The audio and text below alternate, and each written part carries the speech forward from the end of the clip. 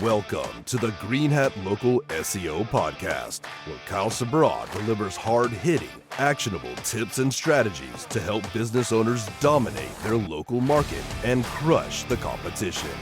Kyle's no-holds-barred approach cuts through the noise of traditional SEO, focusing on battle-tested tactics that deliver real results. He's here to arm you with the tools you need to skyrocket your rankings, generate more leads, and grow your business online. If you're tired of hearing the same old SEO nonsense and want to learn the truth, this is the podcast for you. Get ready to put on your green hats and learn SEO secrets the other guys can't handle. Now, here's your host, Kyle Sabra. Hi, this is Kyle Sabra from Green Hat Local SEO, and in this episode today, we're going to talk about Endgame SEO. So let's say you're ranking everywhere that you want for all the keywords that you've chosen. Let's say that you've hired us, and all the keywords that you want us to target are ranking in the map pack in a 5-mile radius, and you're seeing yourself everywhere, right? Really, what this means is maybe you've gone as far as you can go with your SEO, right? You can't rank any higher than the map pack, and you're ranking in that 5-mile radius where Google likes to put that filter on local businesses. So what do you do next? Well, there's a few things that you can do when you feel like your SEO is as good as it's gotten. One, are you getting the ROI from SEO still? A lot of times what happens is when people give us the topics or the keywords that they want us to target, it might not be the best keywords or the best topics for the business to grow. Because remember, SEO isn't just about ranking higher in the maps. It's not about ranking keywords. It's really about getting leads and getting traffic and using that budget that you're spending and 2, 3, 4, 5, 10xing it to help grow your business. So if you are ranking everywhere that you can in as big of a radius as you can, check and see that you're getting the ROI out of it, because maybe these aren't the best keywords for you to be ranking for. Maybe you need to move on to some other keywords and start putting some of your budget there, right? Because as SEOs, there's only so much we can do to help your business, and a lot of times we can only target the keywords that the business owner gives us. So if they give us keywords that don't produce an ROI, we don't necessarily know that. All that we can see is we are getting you phone calls and form fills and leads for those keywords. So if you're ranking everywhere you can, then make sure that you've got the right keywords chosen that are actually going to help you grow your business. And if not, then you need to do a deep dive into your analytics, your data, get together with your SEO on this, and make sure that those keywords are the most profitable keywords for your business and are the ones that are actually helping you grow. Another thing that if you've already ranked everywhere in the map pack that you ranked all the keywords in the 5-mile radius, is maybe start looking at organic rankings too.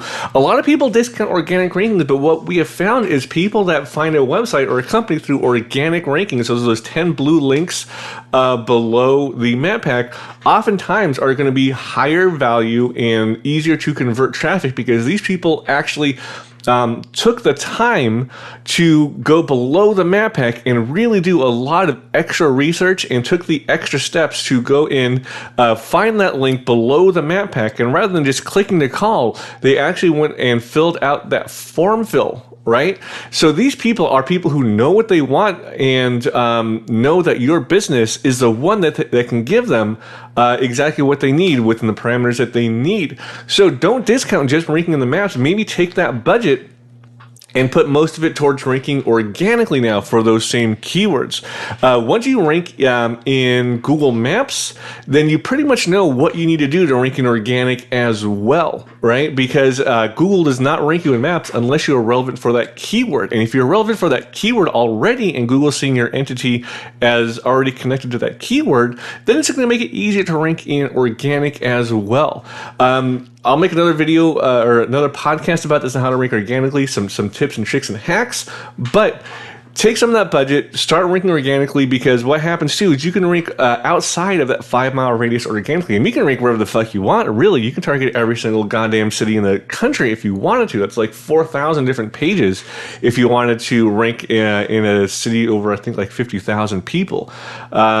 Yeah, that's one way to really expand your reach. And another thing too with ranking organically is people need to see a business on average 7 times before they engage with it. So if they see you ranking organically for all these different cities, they are more likely to convert when they see you, the 4th, 5th, 6th time. Right? So rank organically, don't discount that. Even if it only brings in a small amount of leads, like I said, those people are usually more apt to convert. And if they don't convert directly off of an organic search, then they're more likely to convert off of a Google Maps search as well.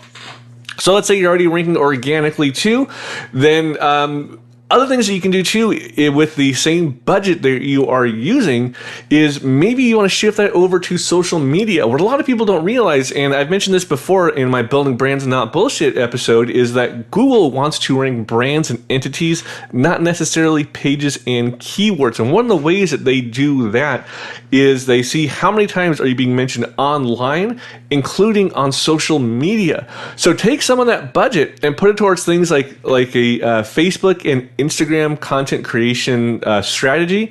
Put it towards YouTube or TikTok videos, like YouTube, the long form videos, or YouTube Shorts, and then TikTok as well, or Instagram Reels. Really anything that's going to get you in front of more people, not just on Google.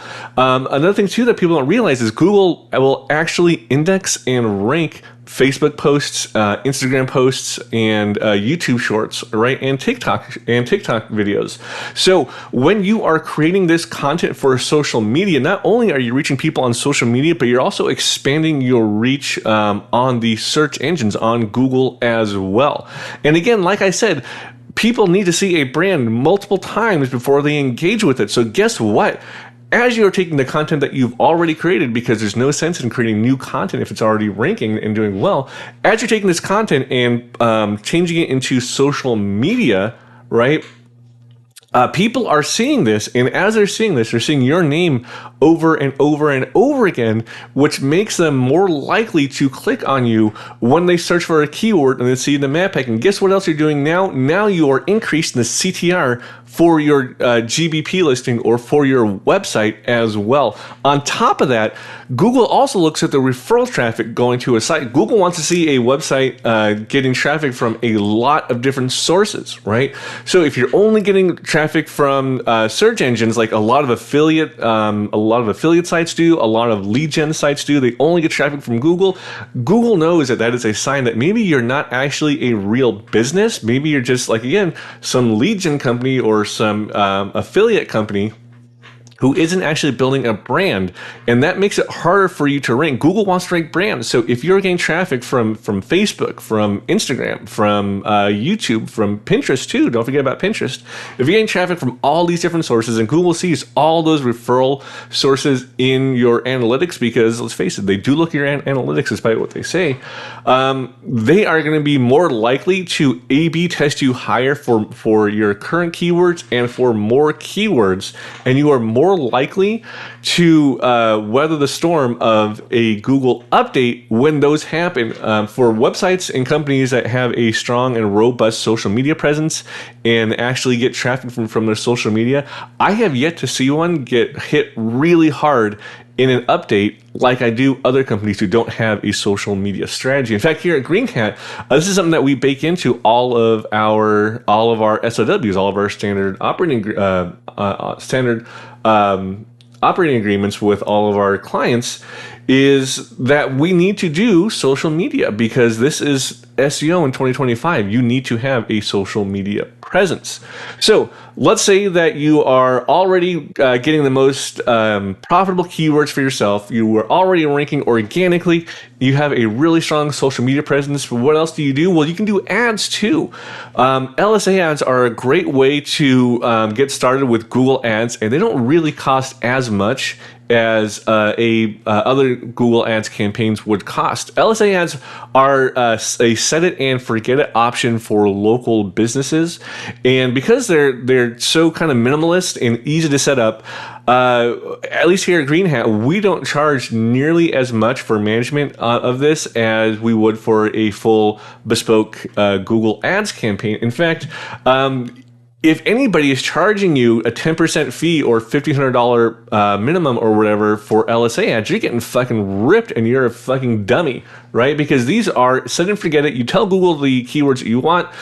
Pretty much all you got to do is tell Google if a phone call was a good lead or not. And this is a hell of a lot cheaper running ads like this than it would be running a custom Google Ads campaign. So this is a good option for companies who are already ranking wherever they want organically and in maps and already have a social media campaign, is getting those Google ads. So Google ads don't necessarily help with SEO. We test this time and time again. This is one thing that Google actually is not lying about when they say that they don't take Google ads into account when trying to rank a website or a GPP. But again, this is another way to get seen by the right people and to get your name and your brand sticky in their heads, which does increase CTR, does increase click-through rate, and we know that CTR does help websites and does help GBPs. So in a roundabout way, running ads does help your SEO. It's not just that running ads by itself is going to increase your clicks and your rankings organically, but it can have a knock-on effect to do that with consumers. Lastly, if you're already doing all that, or if you don't want to do social, or you don't want to pay for ads, or you don't want to do any other keyword research or anything, then ask your SEO provider if there's some sort of a maintenance plan that you can go on. This is something that we offer our clients to where, again, if we have them ranking everywhere in the map pack, we got their keywords, we got everything rocking and rolling, then we'll drop their campaign 50% and just go on a what we like to call maintenance campaign, maintenance mode. And basically what this means is we'll keep an eye on the rankings on the GBP on the website, and we'll still do link building here and there. Maybe we'll do maybe just one blog post a month. We'll still GBP posts to keep everything active, but we aren't doing the heavy lifting to get them ranked. And because they're already ranked, we don't need to put 100% of the budget towards rankings. Like I said, we'll drop it down. We'll make sure that the rankings just maintain. We'll make sure that nobody's getting hit with any updates or anything like that. We'll make sure that that the GBP is live and there aren't any malicious edits or anything trying to go through on that. We are just maintaining the website as is. So if this is the case, then ask your provider if they provide some sort of just maintenance only plan to just maintain the current rankings that you have. So that's about it for this episode on Endgame SEO, what to do if you're already ranking everywhere. If you want more information on this, then go ahead and contact us at GHLS.io, see what we can do for you. Again, my name is Kyle Sabra from Green Hat Local SEO, and I will talk to you guys later.